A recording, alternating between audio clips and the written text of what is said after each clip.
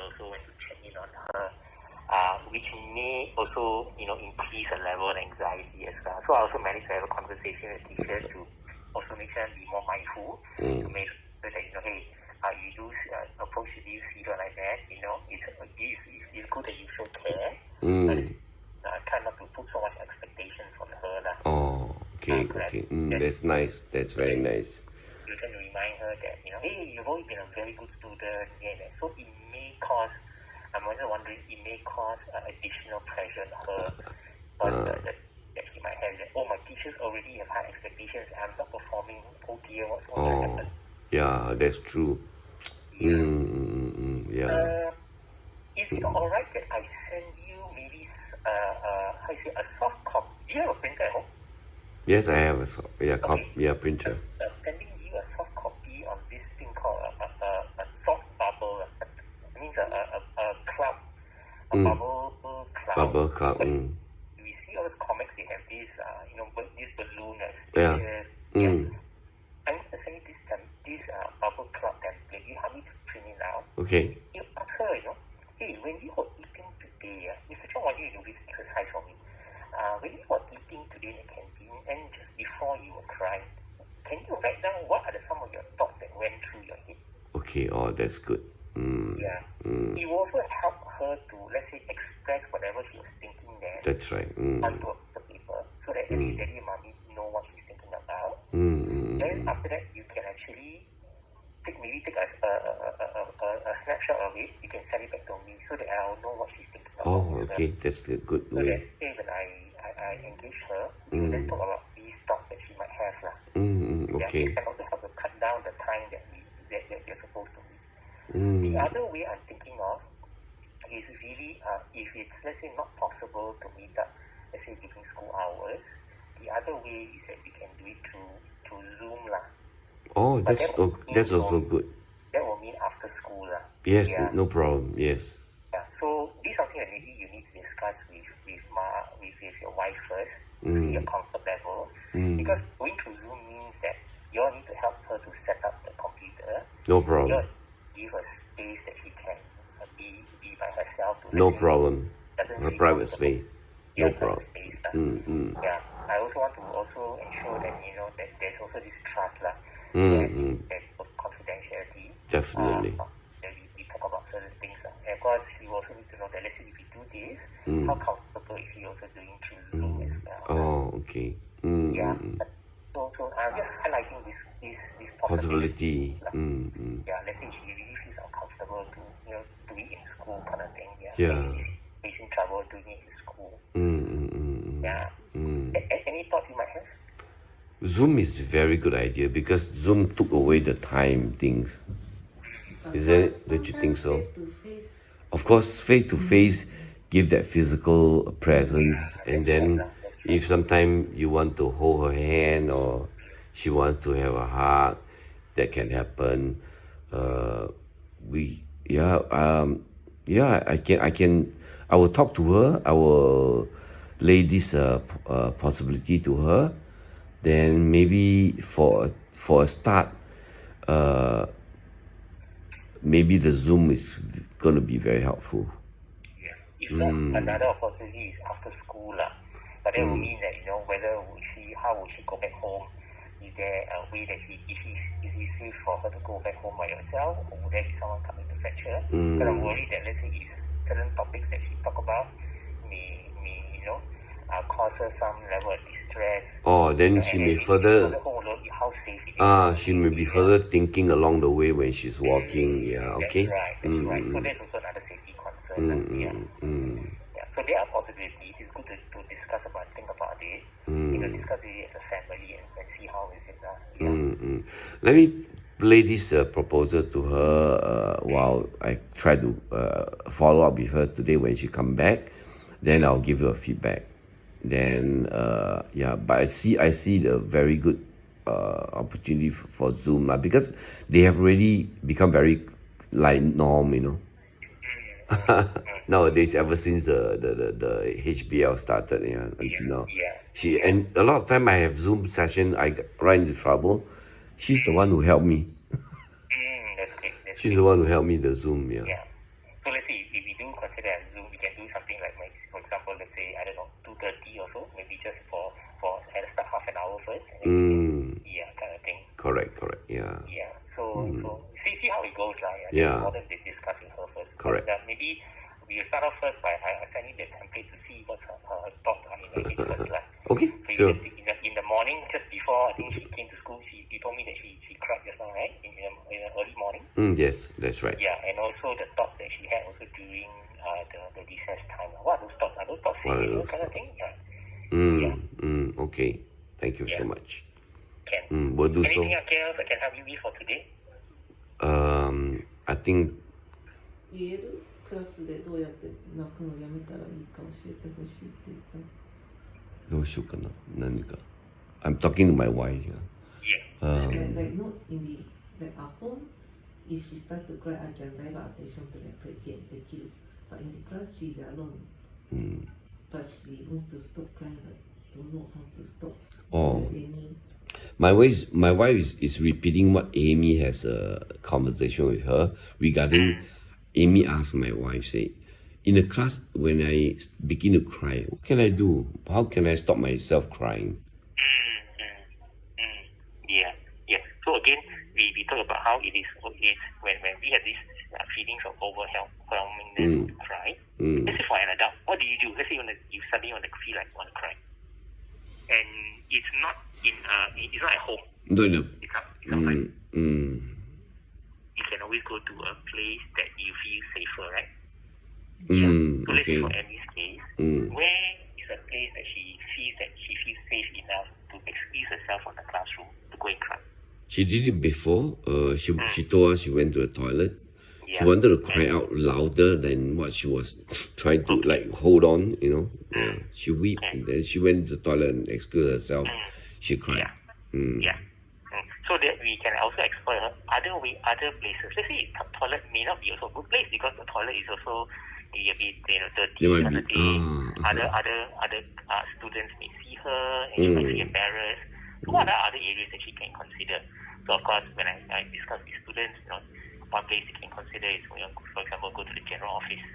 Of course, there are other people there, they may not feel comfortable. Of course, the other good alternative is, they can always go down to the counseling room, which is a safe place. And the thing is that they can always ask teacher, can I be excused? And of course, they go to the teacher privately, unless you see the counselor, so that people would not know. But her friends and classmates would think that she needs to go to the toilet to allow her to have that space. Already I think the classmates know that she's experiencing some distress and she may need to go out of the class. I think the important thing is that they don't know where she is. So these are things that she can also want to discuss with her, where else can she go to. I think this is a very common outlet in the counselor's room. Not only in PCPS but also in schools across Singapore. There's a safe place they can go to without any judgment, without anything. So this is something that I think Amy needs to see whether is she willing to consider going to the counselor's room. For the space of or if she doesn't want to cry, she needs in class is too anxious. Maybe she can be allowed. I can discuss with teachers. Be allowed to have a short walk, let's say a 5 to 10 minutes walk. You can actually help the teacher to carry some books down to the staff room, and that activity actually helps her to forget about the things that may be causing her to feel upset. She can carry these things out, or maybe she can go down to the eco garden, take a walk around, visualization, see the things around her, hear the things around her, feel the things around at the garden, and then she might feel a bit better. When she feels better, she can go up, return back to class.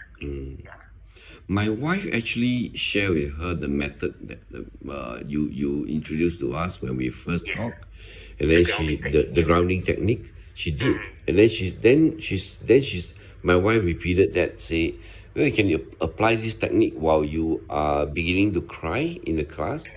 But then she said, then I will be missing out that few moments of lesson time, and then my wife explained to her, isn't it worth investing at this moment for these few minutes to ground yourself like that, then you do nothing, and then it might end up taking like 10 minutes, 20 minutes. You're still crying. So invest it onto this grounding technique that maybe end up calming you down. So your lost time to the attention of the class maybe only about 5 minutes since you apply the technique. So we told her that. So, Yeah, I think it's always there's I mean from Emmy's point of view, she's always thinking about the loss, Yes. The loss loss. of time. She Yeah. is. But then So again, you explain it very correctly lah. Yeah, it's all right. It doesn't mean it's totally lost. Mm. You can regain it back. Mm. How? Maybe to after once you actually if you calmer, you Mm. can catch up. That's number one. Number two, how you can catch up? Maybe you can ask your friends or your neighbors next to you. Or if you want, if after school, you can always check in your teacher again. Yeah, I missed out this part. Can you help me? Yeah, I think the teachers also know that she's going through a difficult time, and even if she missed those that short time, she needs to ease herself, to relax herself, to calm herself. Teachers can also do the catch-up work with her lah. It's all right. Yeah. I think it's about explaining to her so that she will be able to correct some of the misconceptions that she has in her head, like in her thoughts. Yeah. She seems to have very mixed like expectation to herself. One moment she because of her high expectation, so she don't want to be unable to answer question, so she want to be able to handle all questions. So this morning when I was riding the bicycle to school, I say it's okay if you can't answer, just be it, because we are all human. We can't necessarily be able to answer every question. Just be it. It's okay. No big deal. Even at work, I can't handle everything. Just I either let it be, then I ask my friend for the answer, for the solution. That's it. That's where I learn also, right? So. Yeah. I think in this situation again, it's good to also help her to the word is recall. Recall. To recall what are some of the past experiences, successful experiences that you have. Oh, successful experience. You say that you're worried that you missed out words. Okay, can you remember the time in maybe P1, P2, P3, P4, P5 that you have actually missed out on work? Oh.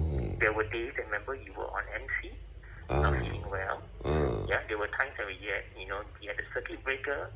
A lot of students missed out on work, but eventually, remember those times, managed to catch up, right? So how to recall successful experiences? So she said, hey, actually, quite true. Last time I was on MC for 2 days, but I still managed to clear. I still managed to catch up. So actually, that 10 minutes of doing that grounding activity is okay. Yeah.